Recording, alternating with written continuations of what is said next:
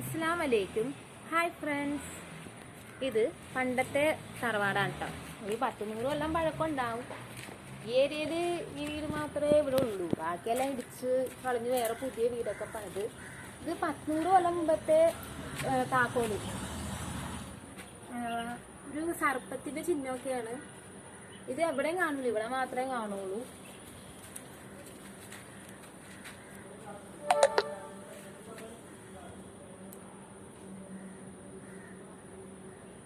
ഇതിനോട് ചേർന്ന് ഒരുപാട് വാഴത്തോട്ടങ്ങളും ഒട്ടുതൈകളൊക്കെ നട്ടു വളർത്തിയിട്ടുണ്ട്. ചെത്തി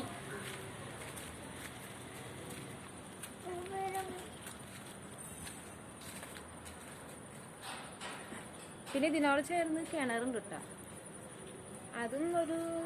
അത് എത്ര പഴക്കമെന്ന് ഞങ്ങൾക്ക് അറിയില്ല. ഇവിടെ ഉള്ളവരെയൊക്കെ ആദ്യം ആ കിണർ അവിടെ നിന്ന് അറിയാൻ പാടില്ലായിരുന്നു. ഞങ്ങൾ പുഴയിൽ പോയൊക്കെ വെള്ളം എടുത്ത് അങ്ങനെ കഴിഞ്ഞുകൊണ്ടിരുന്നത്. പിന്നെ കുറെ കാടൊക്കെ കണ്ട് അതൊക്കെ വെട്ടി തഴച്ചപ്പോൾ എന്താ ഒരു കിണർ. അപ്പൊ തനിയെ ഉണ്ടായ കിണറാണ്. പണ്ടത്തെ രാജാക്കന്മാർ പണിത കിണറാണെന്ന് പറയണം.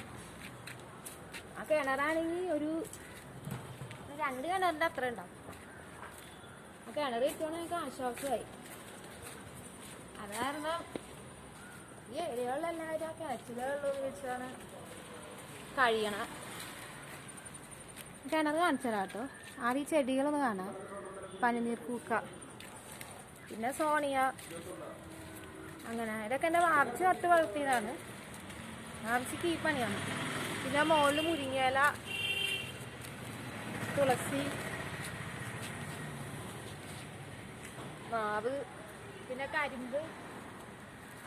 ഇതാ കിണർ. ഒരു 2 കിണറിൻ്റെ അത്രേ ഉണ്ടാവും. 2 അടി കിണറിൻ്റെ അത്ര.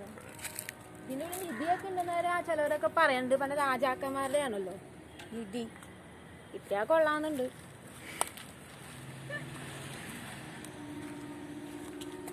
പിന്നെ കുറെ കപ്പത്തോട്ടം. എല്ലാ ദിവസവും വൈകുന്നേരം ഞങ്ങൾ കപ്പ അടിക്കലാണ്.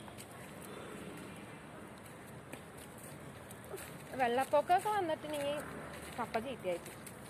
അപ്പം അതൊന്നും ഇല്ലാത്തതുകൊണ്ട് അങ്ങനെ. പിന്നെ വാഴ, 10-400 വാഴയുണ്ട്. ഈ വാഴ കൊണ്ട് ഞങ്ങൾ വാഴപ്പിണ്ടി കറി വെക്കും, കൊടപ്പനൊരുത്തും, കായ്ക്കറി വെക്കും, പഴം വിൽക്കും. അങ്ങനെ വവ്വാലുകൾ വരും, മുപ്പൻകിളി വരും. പിന്നെ ഒച്ച കേട്ടാ. വെള്ളപ്പൊക്കം വന്നപ്പോൾ ഇവിടെ ഒച്ചിൻ്റെ ശല്യം വരും. പിന്നെ ഇതിനോട് ചേർന്നൊരു ട്രാൻസ്ഫോമർ വന്നു. അത് കാരണം ഇതിൻ്റെ ഇത് പോയി. 11,000 കെൽവിൻ ഓട്ടോയിലാണ്. അടുത്ത് വന്ന ഡേഞ്ചറാ.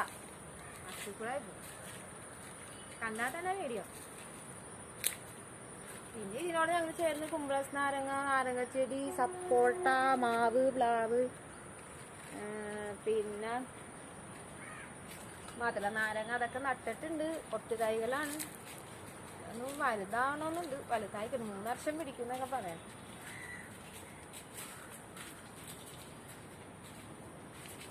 ഇതിൻ്റെ ഉള്ളിൽ കയറിയാൽ നല്ലൊരു തണുപ്പാണ് കേട്ടോ. നല്ല രസമാണ് ഇതിൻ്റെ ഉള്ളിൽ കയറിയ. സൂര്യപ്രകാശം അടിക്കലൊന്നുമില്ല. പക്ഷെ രാത്രിയാ ഭയങ്കര ഇരുട്ടാണ്.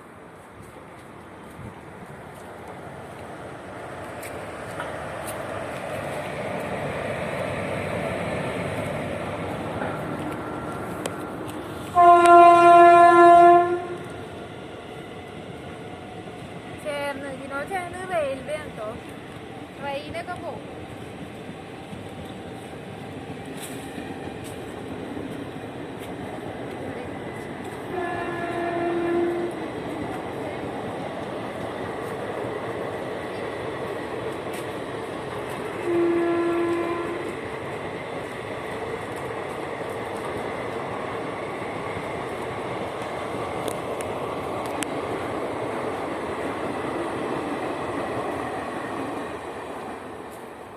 പിന്നെ സ്നേക്ക് പ്ലാന്റ് ആണ്. നിറച്ച് സ്നേക്കാണ്.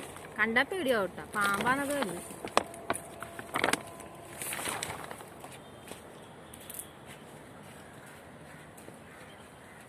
പിന്നെ മാവ് പൂത്തിട്ടുണ്ട്. പിന്നെ ഒരുപാട് മാങ്ങ ഉണ്ടാകാറുണ്ട്.